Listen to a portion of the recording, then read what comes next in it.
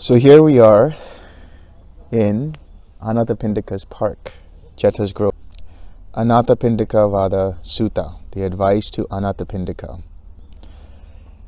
Thus have I heard, on one occasion the Blessed One was living at Savatthi in Jeta's Grove, Anathapindika's park. Now on that occasion the householder Anathapindika was afflicted, suffering and gravely ill.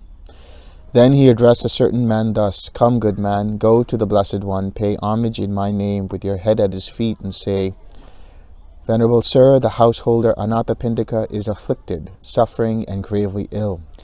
He pays homage to his head with his head at the Blessed One's feet.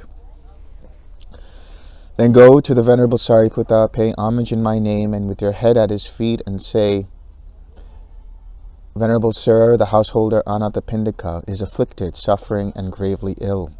He pays homage with his head at the Venerable Sariputta's feet. Then say, It would be good, Venerable Sir, if the Venerable Sariputta would come to the residence of the householder Anathapindika out of compassion." "Yes, sir," the man replied. And he went to the Blessed One, and after paying homage to the Blessed One, he sat down at one side and delivered his message. Then he went to the Venerable Sariputta. And after paying homage to the Venerable Sariputta, he delivered his message, saying, "It would be good, Venerable Sir, if the Venerable Sariputta would come to the residence of the householder Anathapindika out of compassion." The Venerable Sariputta consented in silence. Then the Venerable Sariputta dressed, and taking his bowl and outer robe, went to the residence of the householder Anathapindika, with the Venerable Ananda as his attendant. Having gone there, he sat down on a seat made ready, and said to the householder Anathapindika, "I hope you are getting well, householder. I hope you are comfortable. I hope your painful feelings are subsiding and not increasing, and that their subsiding, not their increase, is apparent." "Venerable Sariputta, I am not getting well. I am not comfortable. My painful feelings are increasing, not subsiding. Their increase and not their subsiding is apparent. Just as if a strong man were splitting my head open with a sharp sword, so too violent winds cut through my head. Just as if a strong man were tightening a tough leather strap around my head as a headband, so too there are violent pains in my head. Just as if a skilled butcher or his apprentice were to carve up an ox's belly with a sharp butcher's knife, so too violent winds are carving up my belly. Just as if two strong men were to seize a weaker man by both arms and roast him over a pit of hot coals, so too there is violent burning in my body. I am not getting well. I am not comfortable. My painful feelings are increasing, not subsiding. Their increase and not their subsiding is apparent. Then, householder, you should train thus. I will not cling to the eye, and my consciousness will not be dependent on the eye. Thus you should train. I will not cling to the ear, and my consciousness will not be dependent upon the ear. I will not cling to the nose, and my consciousness will not be dependent on the nose. I will not cling to the tongue, and my consciousness will not be dependent on the tongue. I will not cling to the body, and my consciousness will not be dependent on the body. I will not cling to the mind, and my consciousness will not be dependent on the mind. Thus you should train. I will not cling to forms, and my consciousness will not be dependent on forms. I will not cling to sounds, and my consciousness will not be dependent on sounds. I will not cling to odors, and my consciousness will not be dependent on odors. I will not cling to flavors, and my consciousness will not be dependent on flavors. I will not cling to tangibles, and my consciousness will not be dependent on tangibles. I will not cling to mind objects, and my consciousness will not be dependent on mind objects. Householder, you should train thus. I will not cling to eye consciousness, and my consciousness will not be dependent on eye consciousness. I will not cling to ear consciousness, and my consciousness will not be dependent on ear consciousness. I will not cling to nose consciousness, and my consciousness will not be dependent on nose consciousness. I will not cling on tongue consciousness, and my consciousness will not be dependent on tongue consciousness. I will not cling to body consciousness, and my consciousness will not be dependent on body consciousness. I will not cling to mind consciousness, and my consciousness will not be dependent on mind consciousness.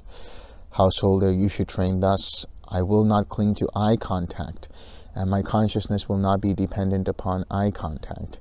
I will not cling to ear contact, and my consciousness will not be dependent upon ear contact.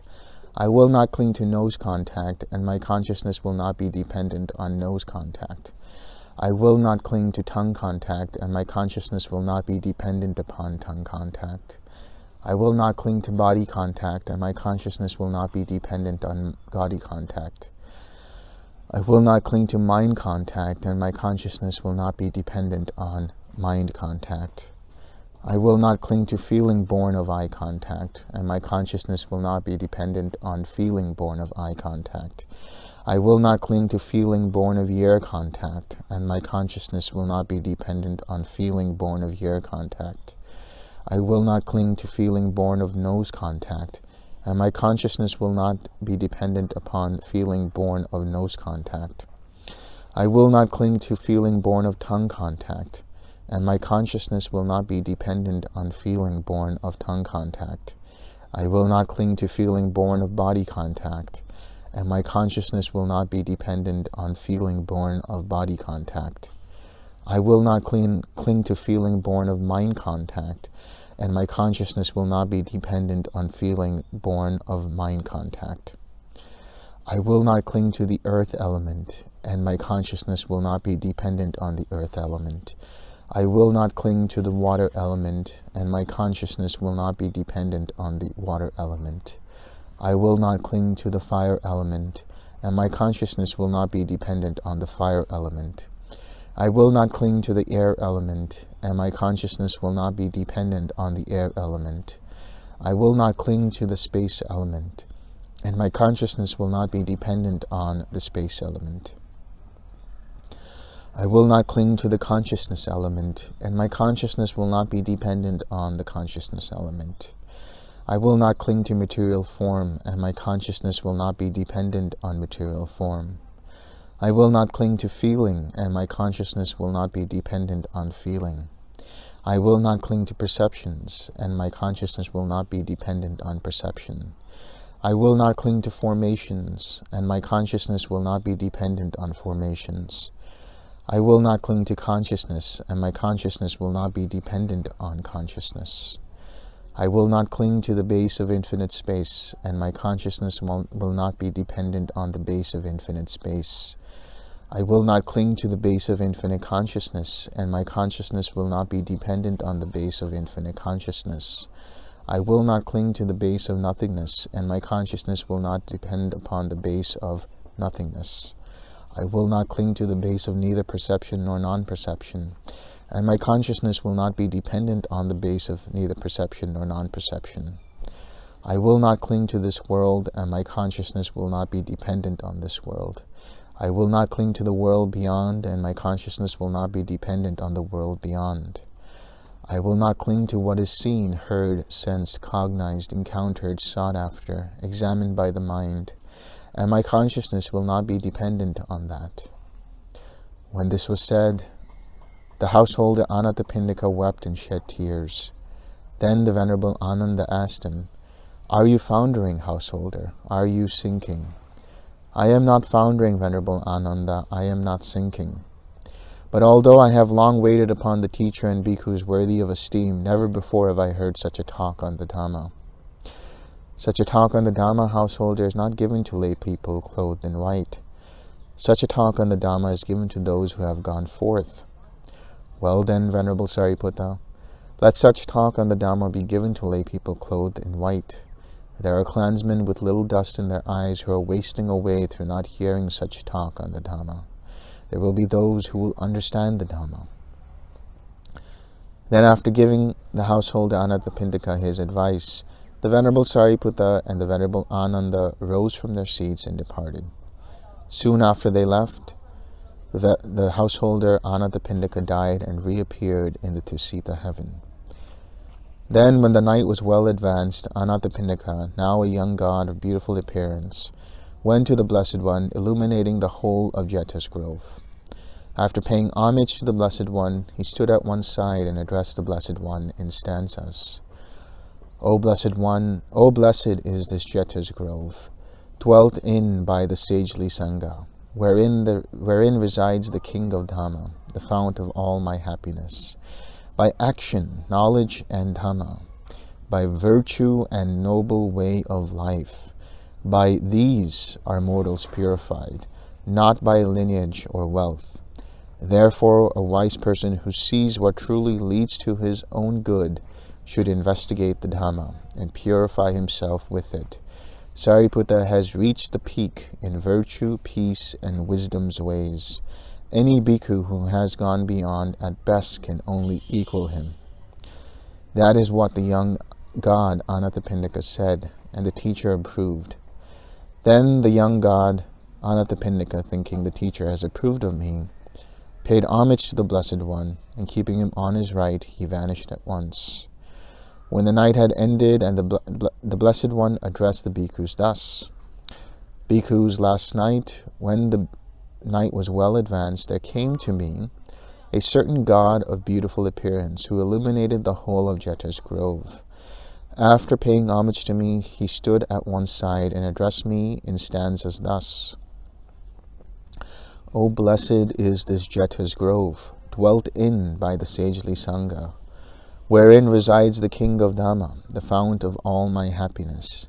By action, knowledge, and Dhamma, by virtue and noble way of life, by these are mortals purified, not by lineage or wealth.